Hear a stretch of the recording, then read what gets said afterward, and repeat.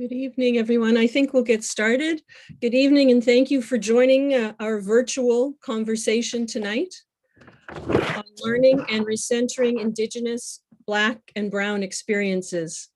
I'm Ann Barbara Graff, Vice President, Academic and Research and Provost at NSCAD University, and I'm happy to be with you tonight to introduce this event, which is brought to you by NSCAD's Equity, Diversity, and Inclusion, or EDI Working Group, and the President's Advisory Council on Anti-Racist Initiatives, commonly known as PADCARI.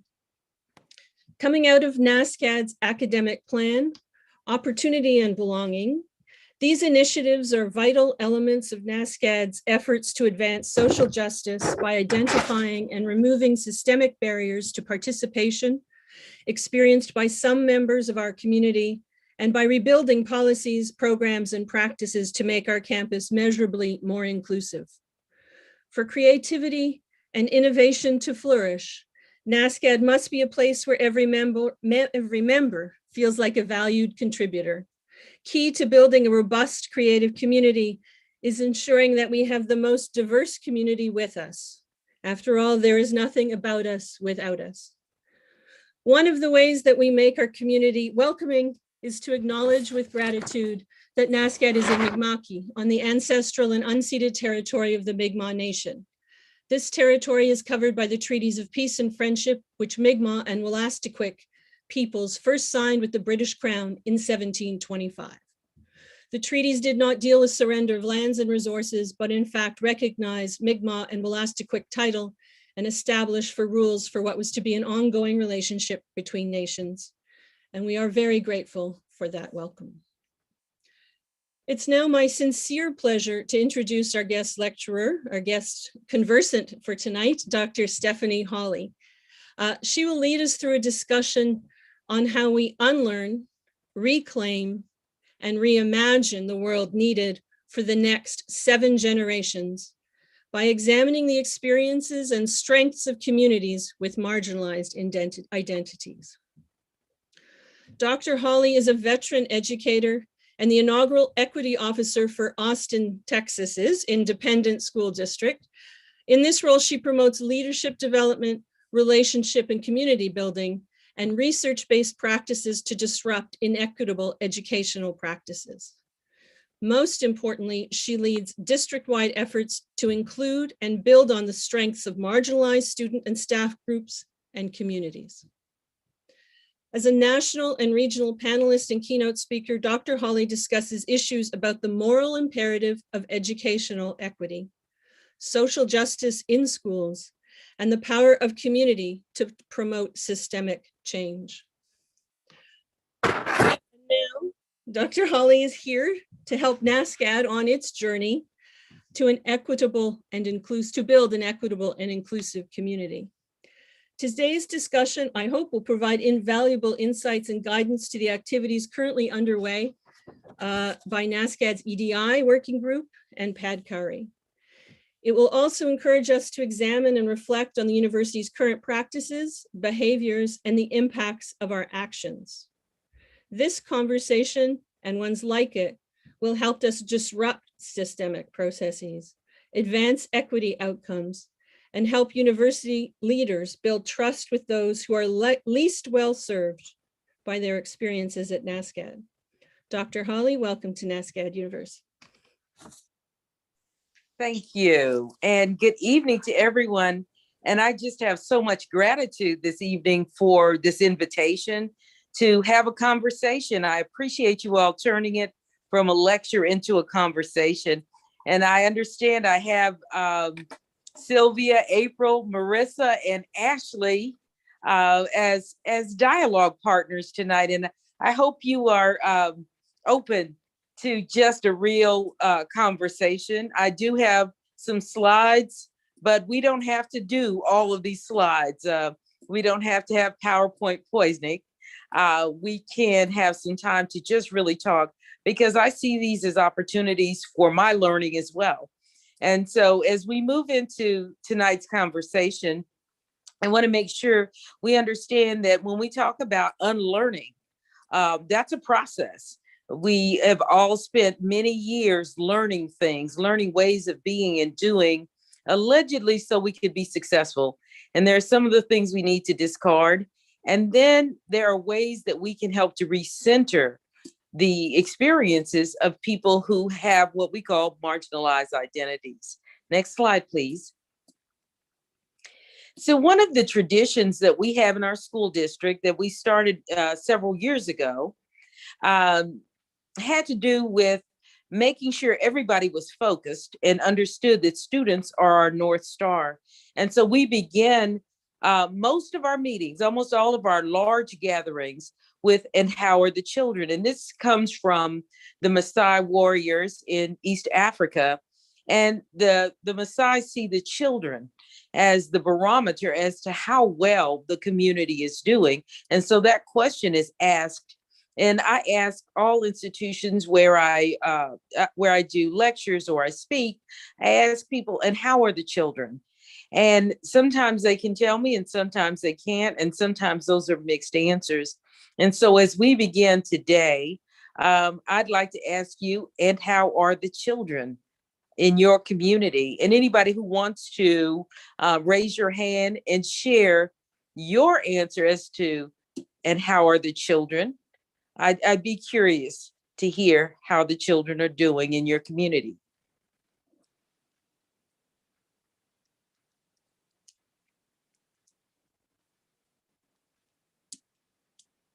And that was not a rhetorical question.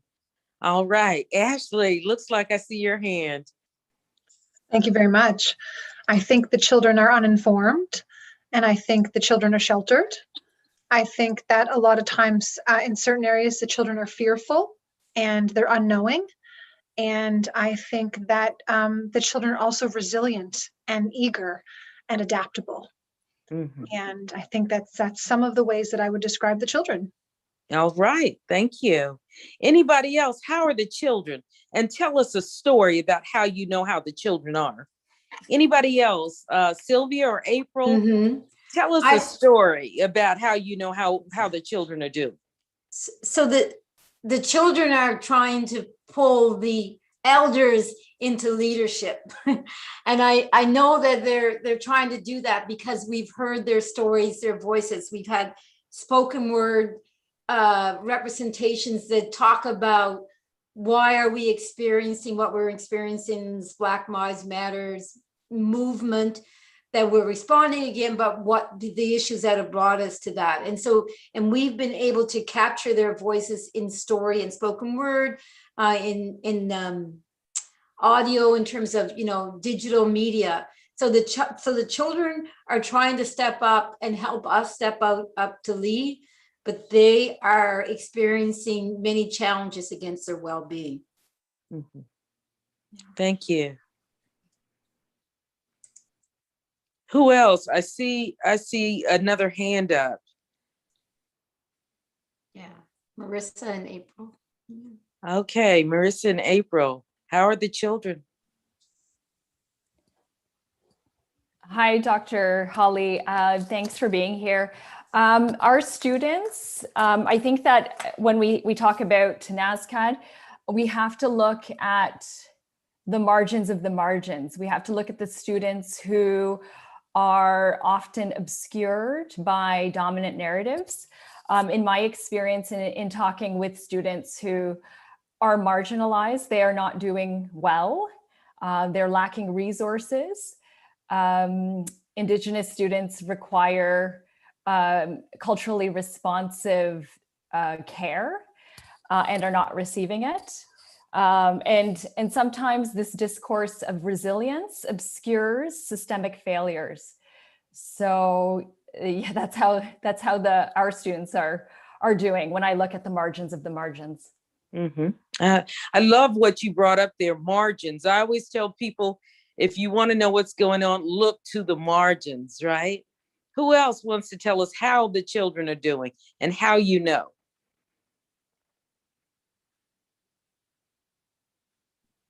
I think April.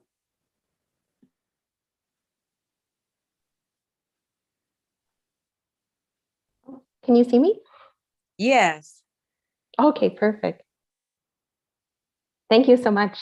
And thank you for being here.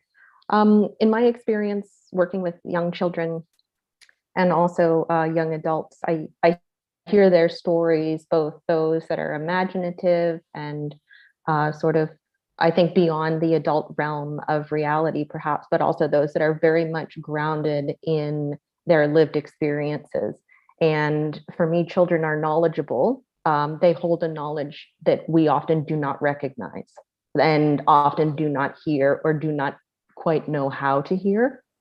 And I think that that presents a challenge for us to be able to work within those spaces of narrative and story and belonging to be able to really listen.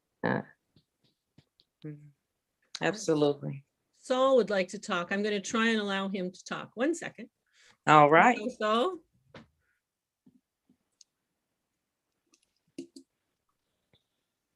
Can you hear me? Yes. Oh, Yes. cool. Hi, thank you. Hi. Thanks for the opportunity to say something. I actually had the opportunity to work with some children in our community here in the north end of Halifax, and just sort of co-creating some documentary projects. And I have to say, I was completely inspired in the way that children taught me how to look at things completely differently. And I'm also just inspired about how they just have a fearlessness when it comes to technology and just approaching things that are, really new to them. They'll just grab it and do it. And in fact, it taught me how, as an instructor and someone who mentors people who are quite a bit older than them in the universities, how we should, teach folks in, trying to take leaps in their practice without fear, with bravery, with unhindered curiosity. And I think, I've learned more from them than they did from me. So I say just one word, I'd say completely inspiring. All right. Thank you. And I appreciate you indulging me in that. And we had multiple perspectives, right? Our lived experiences dictate how we answer that question, and which children do we come into contact with also tell us a little bit of something about the lived experience in your community. Next slide, please. And so one of the things is we talk tonight about what is unlearning, and then why is it necessary? And some of these photos come from your part of the world. I'm in Austin, Texas, and our streets look pretty much like these streets and have for quite some time, off and on, depending on what's going on. But what we're looking at right now is something that's been going on for centuries. Literally, protest has been going on for centuries, and it's persistent. It's persistent as groups find their power. Sometimes people talk about we have to empower people. People already have power.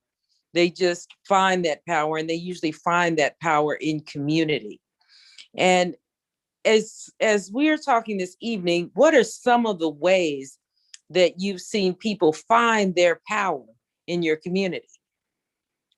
What's the evidence that people are finding their power? And again, anybody who wants to share, what are you seeing that's different this time this year than maybe last year or 5 years ago or 10 years ago? What is different about what you see with people finding their power?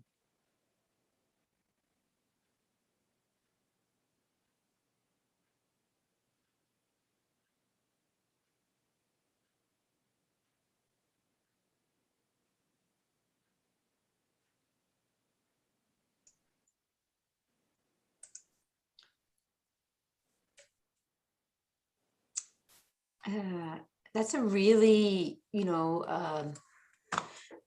provocative, is that the right word, question? I mean, because we've had to come together, we've chosen to come together around so many things that are not just in our immediate sphere, but across the world, right?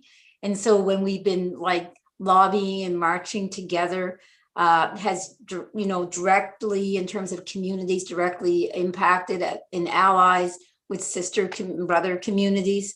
So yeah, and in terms of folks' identification, there's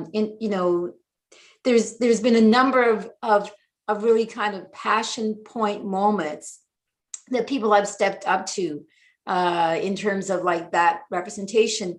But then, you know, also, Dr. Hawley, like also in terms of like behind the scenes work. So those folks who have just gone ahead and did GoFundMe's for people that are in need, for folks who have done the neighborhood things in terms of COVID needs. So I think the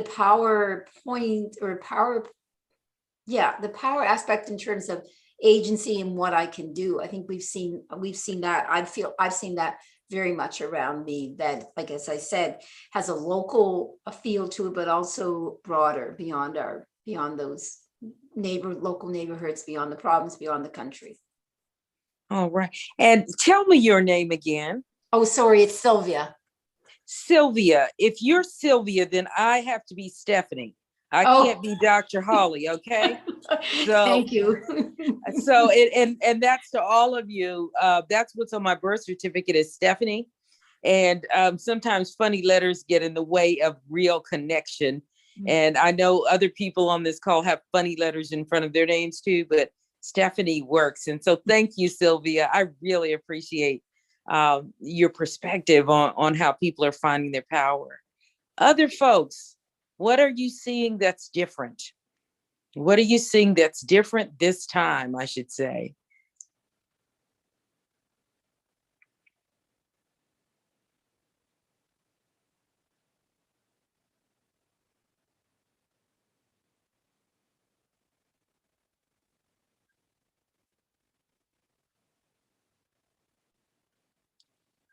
I see April.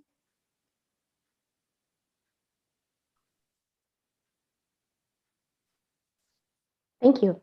Can you see me slash? Oh, there I am. Mm-hmm.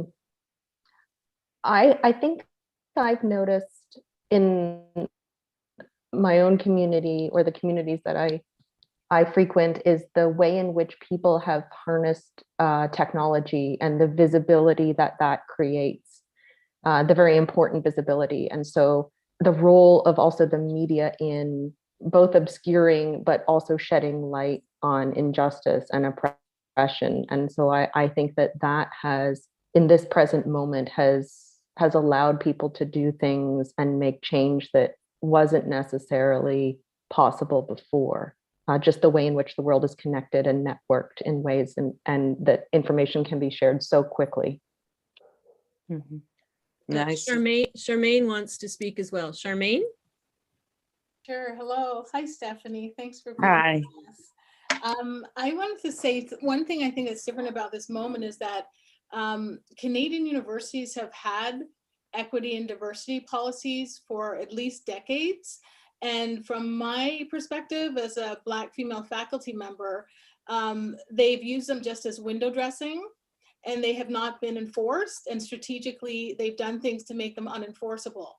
So I think what's different about this moment, Stephanie, is that the intersection of the visibility of the horrific recent police killings and police brutality in Canada and places like the US, UK, and the differential impacts of COVID, of who's dying and why, have forced the Canadian government and Canadian academia into positions of actually rethinking their EDI work and actually trying to implement for the first time those things that have been on the book for decades. So we're at this moment when people are actually for the first time doing things like targeted hires of Black, Indigenous, and people of color, which has never happened before in Canada. Before this, they've been just content to underemploy us and to tokenize us. And at this moment, there's an opportunity, I think, for real change because of the specific things that have been happening again around, I think, mainly Black Lives Matter, pushback against police brutality, and seeing how COVID has ravaged Black, Latino, Indigenous, et cetera, people of color communities. Absolutely. Wow. Thank you for that. And that is powerful because those of us who have seen these movements come and go, we have seen what we call diversity window dressing, right? We bring in, and it makes great photo ops. It makes for great websites. The other thing that's really problematic is getting Black and brown people and people with marginalized identities, whether they be members of the LGBTQIA community, whether they be from households identified as low income. When we bring people into organizations, is the organization ready for the people we bring in? And so we need to be very mindful that as we go out and say and recruit and say, please come, what are they coming to and how long will they stay? And so that's one of the challenges that a lot of organizations face, is that we get diverse perspectives and lived experiences, but then the environment is intolerable and it does not edify the humanity of the people that we invite into spaces. So tonight, as we continue to talk and listen and learn, we're going to talk a little bit about how to interrogate our spaces to see if we really are ready to bring in people that we are trying to invite in. Before we leave this slide, I want to talk a little bit about unlearning. Unlearning is a really popular term that's been around for years, but it really is about people starting to examine their socialization, their education, their belief system, and how they came to believe what they believe and why they behave in the way that they do. And even when we are, quote unquote, formally educated with multiple degrees, we still fall into some traps, some socialization that causes us to make decisions that are not always, and most of the time are predictably not useful with the same groups of people with marginalized identities. So with unlearning, tonight we're going to have a few tools to talk about unlearning and then really recentering around the best of some of our communities that have been marginalized and erased, quite frankly, over time. Next slide, please. And so whenever we talk about work around social justice, the unlearning work, we ask ourselves some questions about, can we predict? And so as you look at your organization, your institution, some of you, I'm sure, work with nonprofit organizations. You ask yourself, can I predict who's going to benefit from this current system, the structures, the policies, and the practices? And Dr. Kendi, you all know, the author of How to Be an Anti-Racist. He often talks about how easy it is to blame people for their inability to navigate systems that were never designed for them.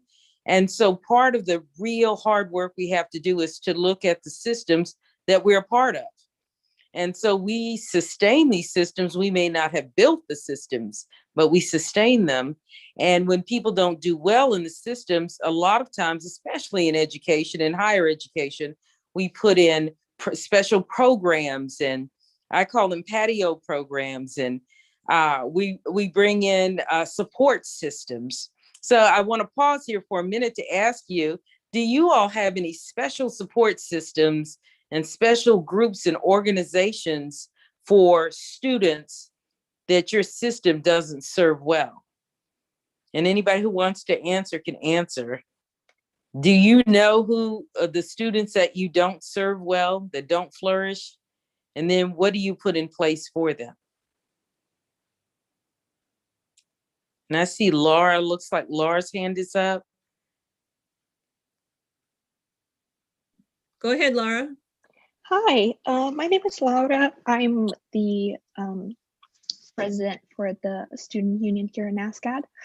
I find that, yeah, the students of color, and especially several ones, they don't have any resources really. And I find that especially for the international students too, they don't get any sort of, we're just now implementing with the recent things with the Black Lives Matter movement. We just recently implemented some more resources, but I find that it's still not enough because they go through unique issues that other students don't go through. So they need unique resources and they need special supports. For example, I find that Indigenous students, they don't even have a place to practice smudging ceremonies and things that are important to them and would help them thrive in this environment. So I think it goes just from, sorry, I feel like I'm going on a tangent here, but yeah, that's all I think I'm gonna say. Thanks. Thank you, Laura. Thank you for that. And what Laura has to say is really important, because what happens when we don't look to the margins? And earlier, somebody, was it Marissa or Ashley? I don't remember which one said we have to look at to the margins of the margins. And what typically happens in our organizations, in universities, and K through 12 even, the system is broken for the same students. And so just imagine that you see a house, it's a huge house, it's a lovely house. And from the street, everybody admires it. And when they look, they see different people in the house, and it looks very inclusive. But then once you go into the house, you find, oh, the places where the Indigenous students are, the floor is torn up. The place where the Black students are, or the place where the students from East Africa are, it's raining on them. They don't have what they need. But from the street, the house really looks good. And then, but once you get inside, you realize everybody's not having the same experience in your organization. So instead of saying, what is wrong with our organization, we say, what is wrong with the student? And then that's when we start building gazebos, specialized programs, and add-ons. But we never fundamentally change our structures, our policies, and our practices. So there is a place for students to practice their traditions, and it's a normal part of the house. It's not a specialized space.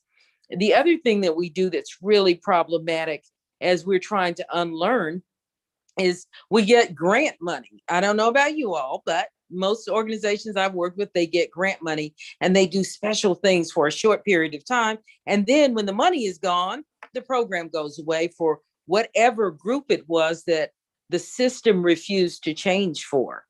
And so you can wind up being an organization, and I hope you all are, I know you all are championing structural change and systemic change, but you can wind up being a beautiful university that has lots of gazebos, patios, and decks that you set aside for students that your system doesn't serve well. And so that's one thing you want to disrupt, and you also want to unlearn. If you get grant money, I always say, how's the grant money going to be used to change the structure in the system, which means the policies, the practices, and the leadership in your organization? Because if the grant money is not going to change your structure and your policies, it's going to go right back to what it was doing before you came in with the special program.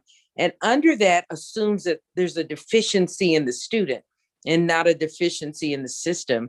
So we look at people and then we say, what is it that we are doing that is creating barriers for the students? And of course, we know students have to go to class, they have to study. There are things students must do, but what are the pieces that we control? Next slide, please. And so a lot of times when I work with organizations and I do consulting and speaking and facilitate learning experiences, people will tell me what their beliefs and their values, and they're always so beautiful and so wonderful.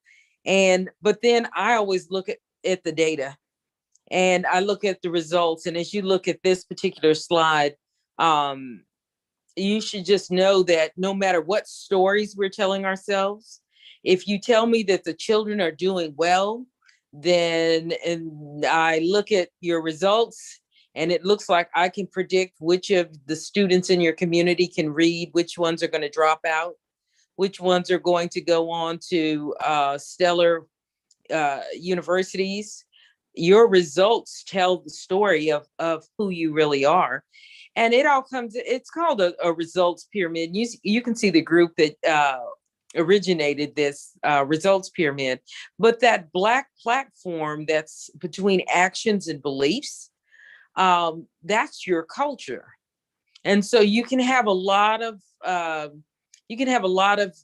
values and value statements and all those kinds of things, but between actions and beliefs, it's what really is happening. And so I ask you, spend some time in your departments and with your community finding out what are the results of your organization, your institution tell you about what your real beliefs are? And our beliefs come out of our experience. So the unlearning part is sometimes countering what our experiences have been, or either what beliefs we've been given as we move through life. Next slide, please. And so what do we have to unlearn? And some of you may be familiar with this. This comes from Kenneth Jones and Tema Okun, their work around white supremacy culture. And a lot of times when we talk about white supremacy culture, people freak out. They think clans, clans people, they think neo-Nazis. And when we talk with them about what white supremacy culture is, which is just a culture that keeps white norms and values in place to the exclusion of other cultures and other ways of being. And so we tell folks, there's nothing wrong with white culture. We're all steeped in it. It's problematic when it becomes so dominant, domineering, and controlling that no other ways of being are allowed in order for flourishing and benefit to take place. So as you all look at this list, anybody who wants to unmute can unmute and tell us one of these characteristics you may know that you engage in. And I know I engage in quite a few of these. And when I do learning experiences, usually about 3-hour learning experiences on the traits of white supremacy, characteristics of white supremacy, I am steeped in it. I was raised and socialized in it.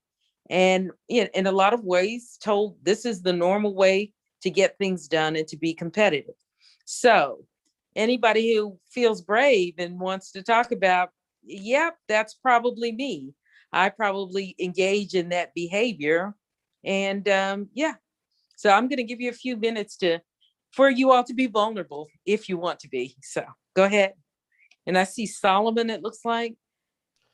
Hi again. Thank you for letting me. I had a really interesting experience where I had a student years ago who, recently done exceptionally well, an Indigenous student, and ended up writing an article in Canadian Art talking about, their experience at the school. And it was really world changing about talking about sort of like a hierarchy that we're teaching and sort of the processes of making work.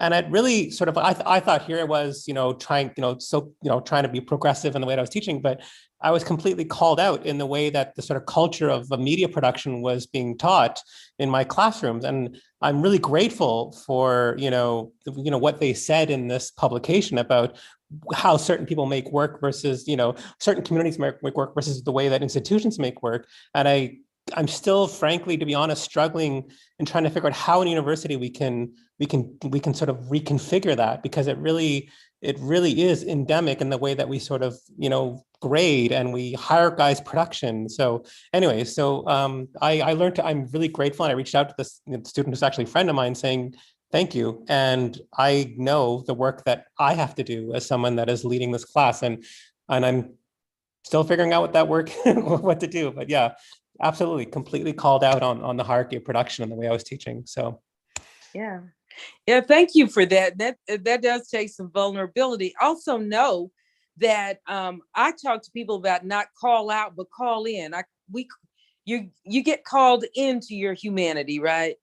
I know sometimes in social media when it's weaponized, when we could be building relationships and we're calling people out. And just think about calling people in, calling them in. And when you see something that causes you to think about whether you're engaged in perfectionism, either or thinking, power hoarding, any of the things on this list, and this list is much longer. This is just 14 of them, quite frankly. Ask yourself how you're being called in to your humanity so that you can begin to center the experiences of people who have been largely invisible, erased, or on the margins. And then start to look at how do I participate in oppression? Because at least these 14 are all tools of oppression, but we don't think of them in that way. I see 2 other hands up. I see May's hand. Go ahead, May.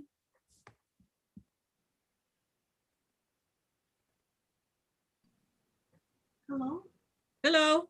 Hi. Hello, Stephanie. Thank you for Hi. asking this question.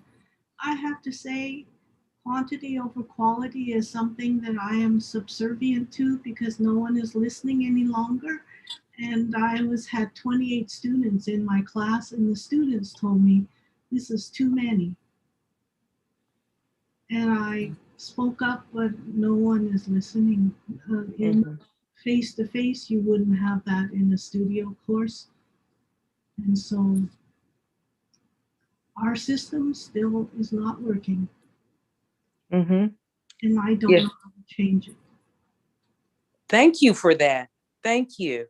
And sometimes we become participants in dysfunctional systems. And when we say we're about social justice, but yet we are cramming more students in a class than we need to, we're working against social justice. We're working against, and we're using these tools against ourselves. So thank you for that. I see two other hands. I see Dave and I see Julie. Dave, you can go ahead. Yeah, I love number 10, fear of open conflict. I think that is, I love the way you put that, or the authors, Kenneth and Dana, put that, but thanks very much. That is a compelling one. What are the things that happen when there's fear of open conflict? What happens to students or communities when people will not have the open conflict? Well, I think you lose the opportunity to learn and to dialogue, to bring forward, and for me to learn what I'm doing, what I have to unlearn. Absolutely. Absolutely. And when you go to the fuller document, the fuller document outlines very specific characteristics and behaviors. And if you don't see yourself in there, you might be delusional. And if you don't see yourself in there, you might need to take a breath, because we're all in that. But the other lovely thing they do is they give you antidotes.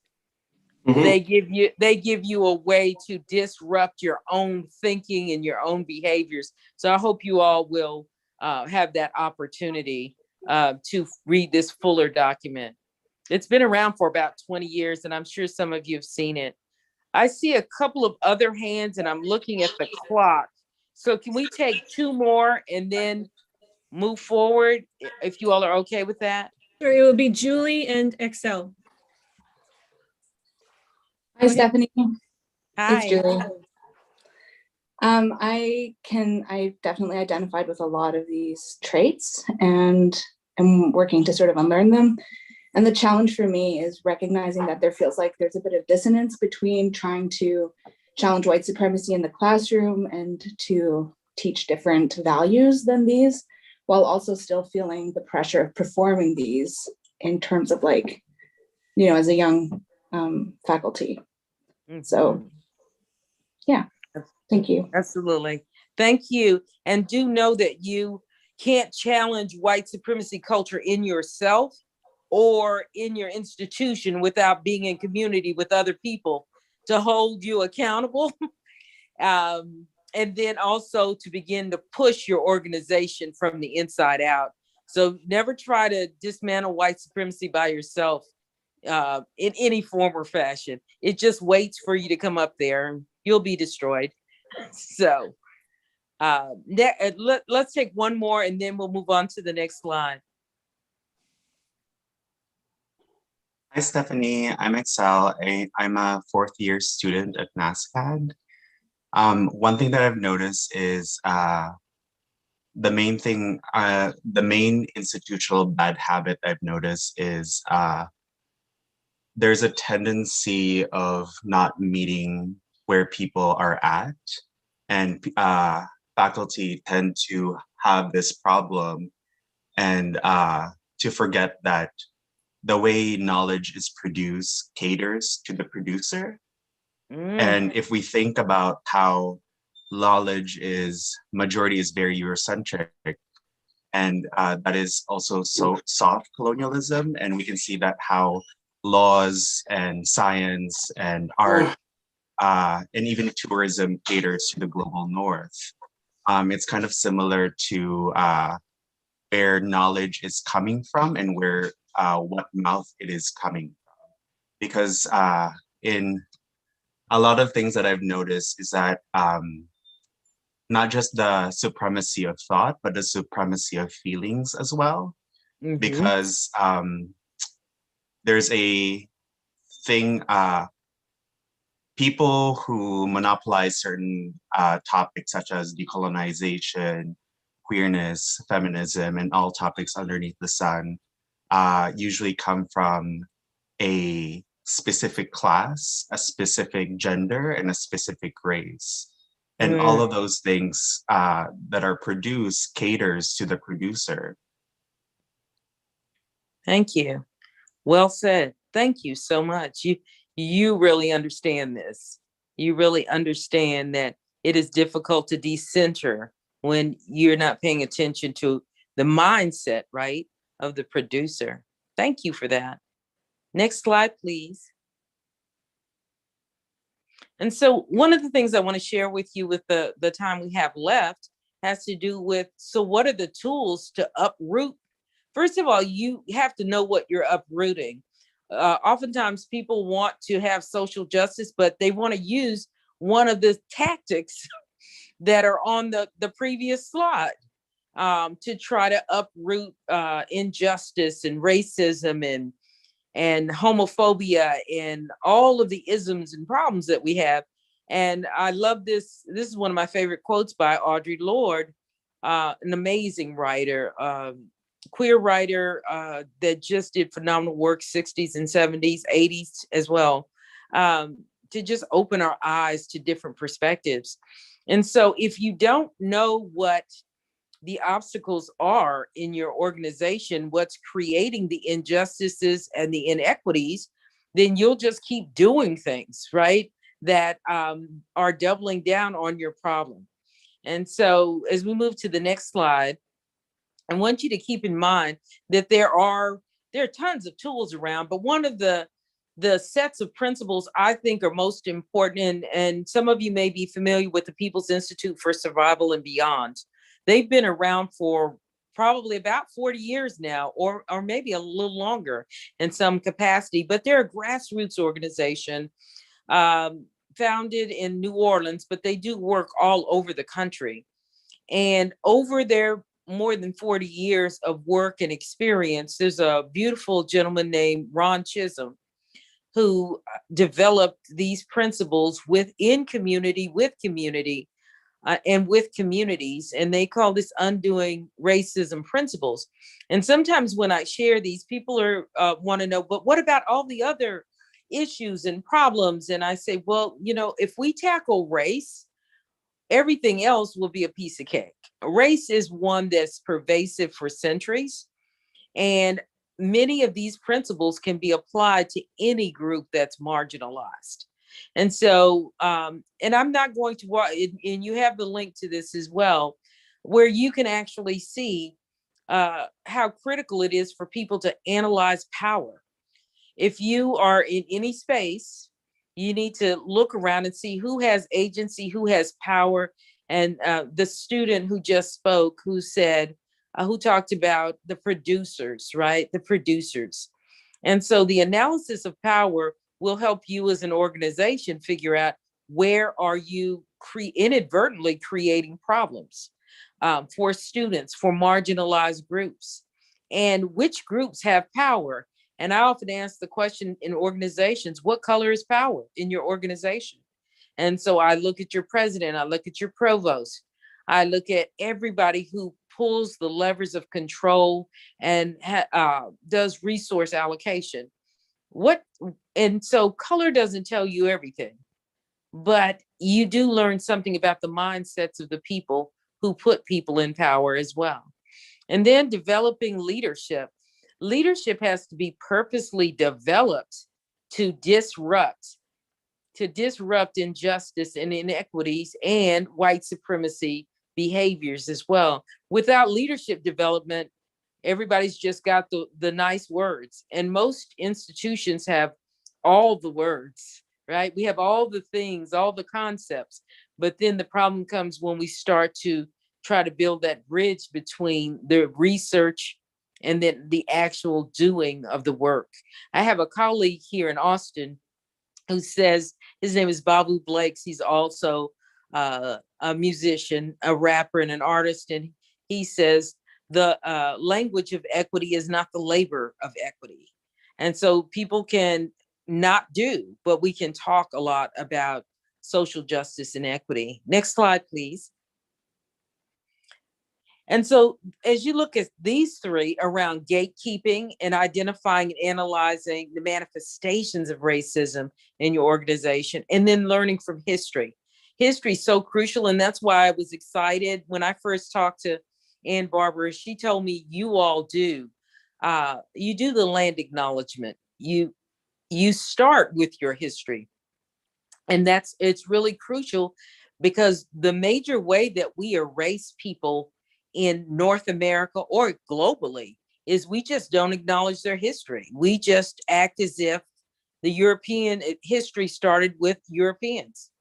And so making sure that we understand that history is crucial, and don't treat it as just decor, but actually spend some time understanding how it informs why your organization or your institution is where it is at current date. Next slide, please.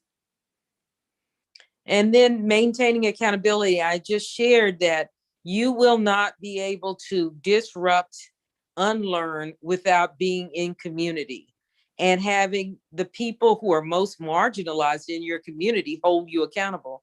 And that may mean that you have monthly or quarterly town hall meetings where you hear about whether you're improving and you're progressing or whether you're going backwards. But if you don't talk to the folks that your organization is harming or has harmed in the past, it will continue. So you have to have some genuine relationships in order for accountability to happen. And then as you look at networking, networking is important particularly for marginalized people, because that's how we do the unlearning. That's how people who don't know they're doing harm and doing damage, when they get into networks in connection with marginalized groups, that's when they recognize the daily harm that they're doing. Nobody's trying to do harm.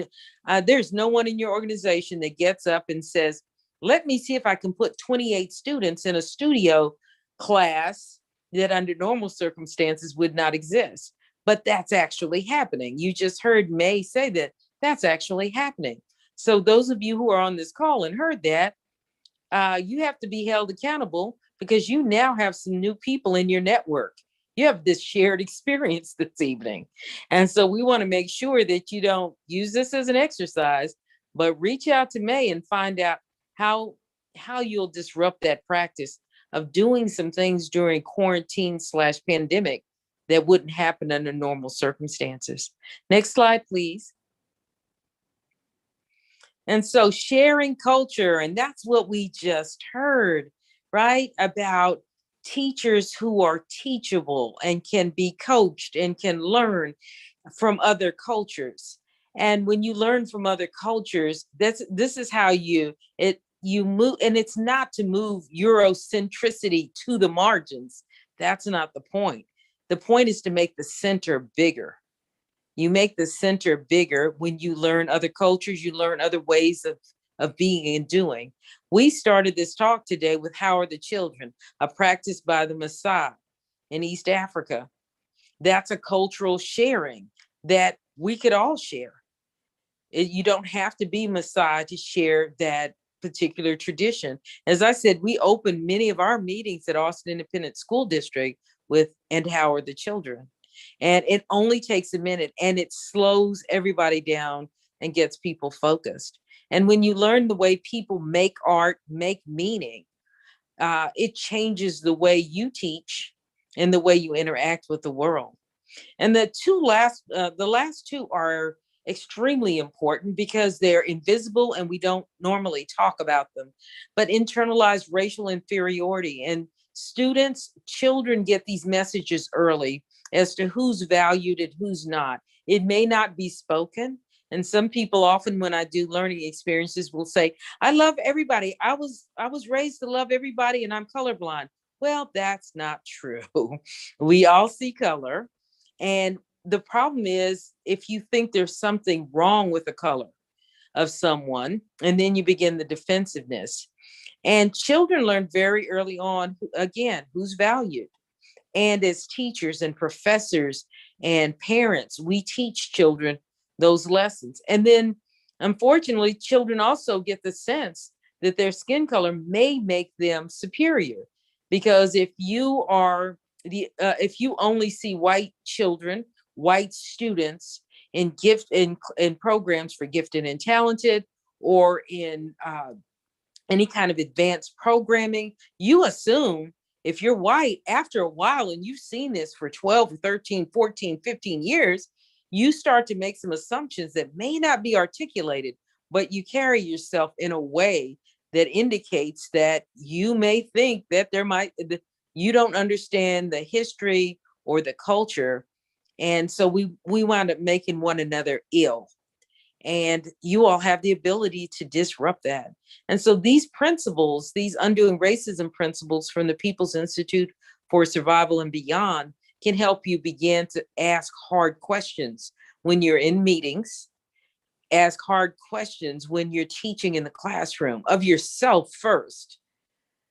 You can't interrogate anybody else. You have to interrogate yourself first. Next slide, please. And this is one of my favorite sayings by Lila Watson, and she's from Australia. And she talks about how crucial it is for people to understand that people of color, people with marginalized identities, Indigenous folk are not victims. And they're not sociological and anthropological projects to be worked on. But once people begin to understand that when all people aren't free to be themselves and there's no identity safety in a space, then none of us is really safe. Whether you're a member of the dominant culture or not, there's something really wrong with the space. And so keeping in mind that it's not about victim, it's not about what we call a white savior complex. We're going to fix or save people, but it's because I understand that my humanity is bound up with yours. We are tied together. And once we get that, we can move mountains. Next slide, please. And so I use this, and I'm going to ask somebody who can be succinct. Do you recognize what this is we're looking at in terms of this piece of art, this bowl? Anybody, take a chance. You can be wrong if you like. Go ahead, and I see 2 hands. Go ahead, Neil. Oh, sorry, I'm unmuted. Don't mind if Neil goes.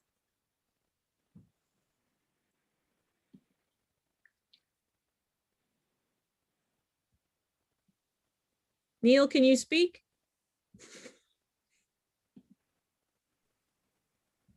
Hello? Hello. Yeah, hi. Sorry. I think what we're looking at is a Japanese bowl that has probably been broken through use, but then it's been reassembled and it's had a colloidal gold line as part of the repair. So we're looking at a repaired and probably very revered bowl. Absolutely. Absolutely. Thank you for that. And so I want you to keep in mind that even though our society is very broken and we can predict for whom it's broken, we have the ability as a multiracial, multicultural, multi-identity group of people to put it back together again. And the Japanese do use gold. And if you notice, if you use gold, it really shows where the brokenness is, but there's also wholeness there, right? And there's a whole story behind that. But I want you to keep in mind that all is not lost. All is not lost, but we do have the ability. And the only way social justice movements have worked in the past is it has been a multiracial, multi-identity group of people here in the United States with the Southern movement for civil rights, Jewish people, Latino people, gay people, straight people, everybody came together and held hands, crossed bridges, rode, marched, boycotted. And if we want a better world, then we have to repeat that. We cannot go it alone. No one group has ever been able to push any nation into its wholeness and its well-being and the centering of its humanity without everybody holding hands. Next slide, please. And so as we close out this evening, I want to remind you of something else that we often borrow in the work that we do around social justice is the Iroquois. And the Iroquois, and if we had more time, I'd have some of you unmute and tell me what you know. But the Iroquois had the democracy that we use, that we are trying to live out, came from that nation of people. And they made their decisions with, as they say, a 7-generation mindset. And what will be the impact on the 7th generation? And so I ask you all, as you continue this work, which is exciting work for a university to be engaged in, is to think about every decision you make about budget, curriculum, community engagement, enrollment. As you look at your data and you disaggregate it to see who is benefiting and who is being predictably harmed every single time, what decisions will you make so that 7 generations from now, we will see a different world? Next slide, please. And so as we close out, and I think all of you have, I don't know, but you may all have access to the chat. I close with this slide because this is a mural. And if you all ever get to Austin, Texas, look me up. There's my information. I'd love, after we're no longer wearing masks, to take you around Austin so you can see some of the beautiful art and murals that we have. This is a mural that's made from basically from ceramic, but you can see what happens when we put all those pieces together. And just like the Japanese bowl that we were looking at, things can be reconstructed. They will be reconstructed when we decide that we're going to unlearn. We're going to use the tools to unlearn, and then we're going to do this work in community. And so as I close out, I'd just like for you to just type in the chat one word about how you feel about continuing the unlearning journey. And I think that brings us to 5 o'clock, Ann Barbara. I didn't think I could do that, but we did. Well, let me thank you, but let me also ask Sylvia to take this opportunity to thank you as well. So Sylvia? Yes, Dr. Hawley, Stephanie, thank you. Thank you for inviting us to think as individuals with agency, and yet not lose the importance of understanding the structures in the system and the role that needs to happen there. And imagining and learning about frameworks that can help us do that, right? That can help us move to that type of change. When you were speaking, a colleague of mine were in a previous work life, as they say, he used the phrase from equity supports to leadership. And he was talking about that piece where we have, as you have said, like we've got these external, extracurricular, whatever things happening that are working with our community and can continue to do that, but that it needs to be taken up in a very deliberate way around the leadership piece. And thank you for modeling for us how we can engage well, even in this platform, because the voices that come together are part of learning together. The critique is part of learning together. And like this huge thank you for holding us, asking us to hold ourselves accountable as an institution and as individuals who are in leadership. I love the challenge to look around into those and see who is in leadership and then critique that ourselves. So thank you very much for all the offering and your expertise that you've brought to this discussion for us this evening. Thank you. And let me also thank everyone who participated this evening. We have recorded the chat, and will tell me how to make it accessible to you all and to your colleagues if they weren't able to attend tonight. I met Stephanie through a chance encounter at a Harvard seminar during my administrative leave, and her passion, her enthusiasm, and her kindness, I think, are something to be modeled as well. So thank you very much, Stephanie, and thank you all. So thank you for this evening. Thank you. Have a good night. Good night. Stay safe, everyone. Bye. Bye-bye. Bye-bye. Good night.